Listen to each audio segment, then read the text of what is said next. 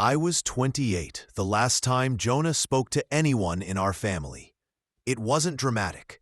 There were no fireworks, no screaming phone calls, no slammed doors in the middle of the night. He simply stopped answering. He stopped showing up. He closed down the small life he had built in our town. The apartment above the bakery, the weekend shifts at the market, the late-night calls about stupid movie plots. And he left without a note. At first, we convinced ourselves he'd come back. People leave. People return. He's stubborn, we said. He needs time, we said. Maybe he's angry about a fight and will cool down, we said. The days turned into weeks. The weeks turned into months. The silence hardened into a wall. And we spent our dinners orbiting around the emptiness where he once sat. My mother would glance at the empty chair and then at me, as if I might know something she didn't. My father pretended not to notice. Cousins called. Aunts wrote. Jonah did not reply. And then the stories started. The little questions people whisper when they think they are discreet. Had Jonah gotten in trouble? Was he sick? Had he done something shameful? Rumors are small fires. They spread quickly in a town that likes to feel it knows everything. I was furious, I won't lie. I was hurt, bewildered, and so very, very angry. He was my brother. We grew up under the same roof, breathing the same stale air, stealing the same leftover bread. He was the person who taught me how to tie a tie the messy way Daddy liked it. He was the one who knew where I hid my most embarrassing poems. You don't just vanish without giving reasons. You don't cut out the people who know how you laugh and who have seen you at your worst. Years passed. I sent emails. I sent letters. I left messages that read more like pleas than anything else. There was a voicemail he'd left me once, before he left, where he laughed at my joke about the neighbor's cat.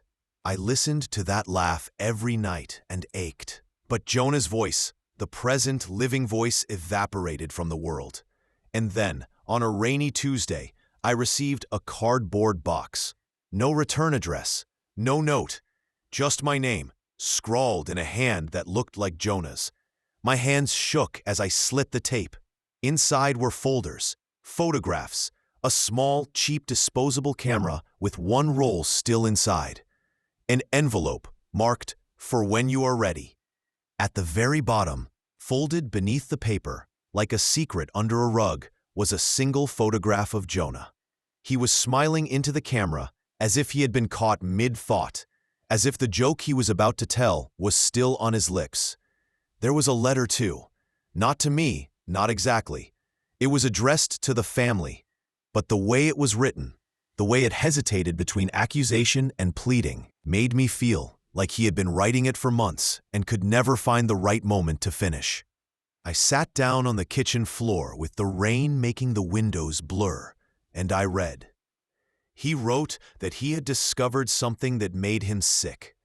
He called it a pattern, as if the truth were a math problem that accumulated in ways that finally matched ugly numbers. He wrote that when he pressed for answers, those near the truth swerved. He said that what he learned put him in a position where speaking openly would put others at immediate risk. There was a line I still remember, because it was so small and unexpected. I thought I could fix it from here, but being here changes things. I'm sorry I left without telling you. I'm sorry I left you with the silence. It was not the explanation I wanted. It was something else, a beginning, a map's first lines. The photographs were the first real trail. They were ordinary at first glance. A photograph of a backyard fence with a flattened patch where grass had been turned to mud. A photograph of a car parked at the edge of a cul-de-sac at 2 in the morning. A picture of a hotel lobby looking empty. But when blue ink marks circled small details, a headlight, a faded logo on a jacket, A second car cropped at the edge of someone's shoulder. The scene felt like the corner of a puzzle. I kept digging, late into the night. I wrote down dates and places. He had built a timeline of his own. Instances where he'd seen the same truck twice across years. Names that kept reappearing on bills. The same woman with the same small scar on her temple, walking away from different apartments at odd hours. At the heart of the folder was something that left my stomach hollow. A journal entry, typed and printed, where Jonah had written down a conversation he overheard in a corner of a diner. Two men were speaking. One mentioned Devil's Favor and then laughed. Another said, offhand, that the farm's cover-up was in full operation again. Jonah, being Jonah, had started to ask questions, and the answers he heard were not the kind that explained. They circled like sharks. I realized then that this was not about Jonah being angry. It was not a selfish abandonment. It was work. It was him pulling a thread, and the pattern making visible the size of what had once seemed like a meaningless knot. We set rules in families when a hard truth arrives. We decide we will not talk about this. We will tell ourselves plausible lies because those lies are kinder than the fact. We will say the absent one is selfish to keep the rest of us comfortable. We forget sometimes that silence carries weights too heavy for a single person to bear. The next piece was a recording, not a phone call, an old cassette. He'd obviously captured it in the back of some car, the sound low, the rain faint. It was a man's voice, familiar yet distant in the static, saying clearly, "You don't poke the program without losing a hand." Another voice, the sound clipped and dry, answered, "We've already taken care of the little leaks." I pressed rewind and listened again until my ears burned. The hair on the back of my neck rose. When I finally realized what Jonah had been trying to tell us, quietly, obsessively, I felt like the ground had shifted beneath me. He was not angry at us. He had found an infrastructure of silence, a net of small corruptions and protectors that looped around people who should have been safe. People who, when questioned, were made to believe that speaking would make things worse. People who were whispered to, pinned with half-truths and told to trust the system that protected those with the power to destroy. The more I read, the more it felt like Jonah's absence had functioned as a shield. If he stayed, they would find him. If they found him, they would try to force him to reveal what he had. They would come to the family house. They would ask uncomfortable questions. They would look for the weak link they could exploit to keep the rest of us quiet. Jonah had chosen silence in order to buy time. Maybe he hoped to expose. Maybe he hoped to gather evidence. Maybe he thought if he removed himself as a target, the rest of us might live on with less fear. There was one photograph that made me drop the lamp and sit back on my heels for a long time. It was a picture of our old high school auditorium. In the audience seats, circled in red, was my father's hand. Next to it, in faded ink, Jonah had written, "He was there the night she left." The girl, a name I could barely stomach, had been beloved in our town. She started a small charity. She tutored underprivileged kids. Later, she vanished from the center of the life she built. Rumors had traced that vanishing to a disagreement, a family dispute, a falling out. No one had looked for a through line. No one had linked the soft exits and the quick phone calls. Jonah had. He had followed the soft exits, the quick calls. He had followed the money that retreated into shell companies in nearby towns. He had traced empty accounts and neat lies. And somewhere along the way, he realized a pattern of people being protected when they should have been held accountable. I think what broke him was the discovery that inside the town's respectability, there had been a cartel of small favors. favors that covered over harassment, favors that rewired testimonies, favors that quietly moved people who were a risk to the wrong end of the country. People we trusted, people who led church groups, coached youth sports, wrote legitimate checks, had built protection rings. Jonah understood that justice in our town would not come from our own. The institutions, the ones with radios and badges, often had ropes tied to them. The rope led to a well-dressed man who smiled at the city's fundraisers. He understood that if he remained present, the well-dressed man would know how to hurt us in ways the law would not reach.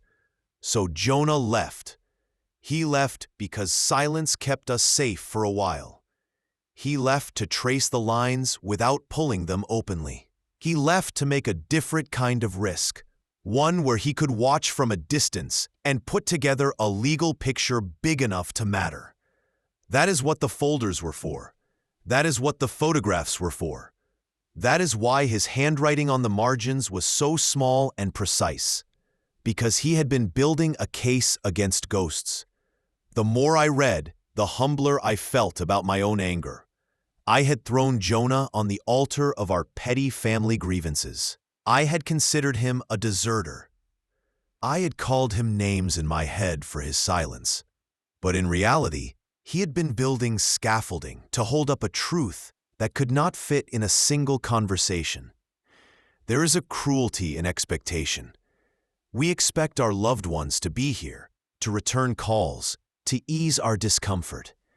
We put them on the calendar of our own needs. We forget that sometimes love asks for more than attention. Sometimes love asks for distance, strategy, patience. The envelope labeled, "For when you are ready," contained the scariest thing. It was a list of names, not wild accusations, but details pinned to small logs. Who was paid what and when? Which hotel rooms were used and by whom? The dates specific transactions matched public events.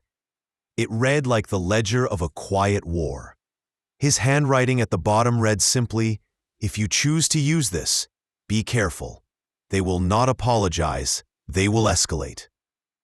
I sat with the ledger for a long time. I thought of how easy it had been to hate him. I thought of how difficult it was to understand.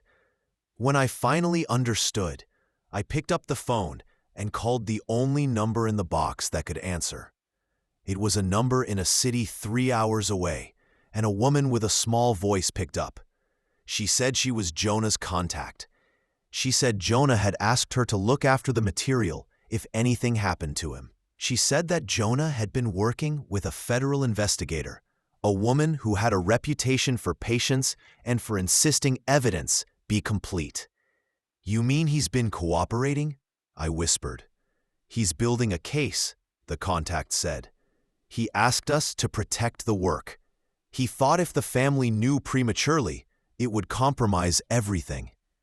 I asked why he didn't tell us. She paused. Then she said, "Sometimes the people you love most are the reason you stay silent. They can bring others into risk." He didn't want that. I cried for hours that night. Not the angry, rancid tears of someone betrayed, but the soft, complicated grief that comes when you finally stop being small and see the immensity of another's choices. In the months after the box, I changed my approach. I stopped sending accusatory emails. I stopped making his absence a legend in the family lore. I told my mother I could not hold her grief for her, but I could hold small facts. I would check on her utilities. I would help with the mail. I would not pull at the threads Jonah had warned would unravel everything. We kept the folders in a lockbox. On nights when I would go to bed, I would slide them out and trace his notes with my finger, reading the names aloud like a litany I could never say before I knew the story. Sometimes I would read his words and imagine the long, lonely surveillance of someone who quietly followed patterns no one else wanted to see. A year later, At a distance, things moved. An article in a newspaper that rarely touched our town mentioned a string of indictments in a neighboring county. The names were redacted, the details thin, but the change in the air was unmistakable. A justice that had been buried under favors and careful silences was being chipped at. I do not know what happened to Jonah. I do not know if he is somewhere safe, or if he is tired and worn out from the phone calls and the photos and the endless patience of collecting proof. I do not know if we will ever stand face to face in our mother's kitchen again and talk about nothing and everything. What I do know is this: I stopped hating him. I stopped seeing his absence as betrayal. I started to see it as a measure of what one person might do against a system that values comfort over truth. Sometimes, healing is not a reunion. Sometimes it is learning to live with the choices someone else had to make, the ones they believed would save you from worse. Sometimes healing is reading a folder at midnight and allowing space for a person who chose to leave in order to keep others safe. If Jonah returns, I will not begin with accusations. I will begin with questions. I will begin with the small, human ones. Are you okay? Do you need anything? Will you let me try to understand? If he never returns, at least I will know why he left. And I will have a ledger, now a testament, not of shame, but of protection. I will keep it until the town learns the difference between silence born of cowardice and silence born of a plan. In the end, I learned that absence is not always a punishment. Sometimes it is a kind of bravery disguised as a wound. Sometimes the person responsible for the quiet is the one who loved us enough to step into the space where danger waited, so the rest of us could keep breathing.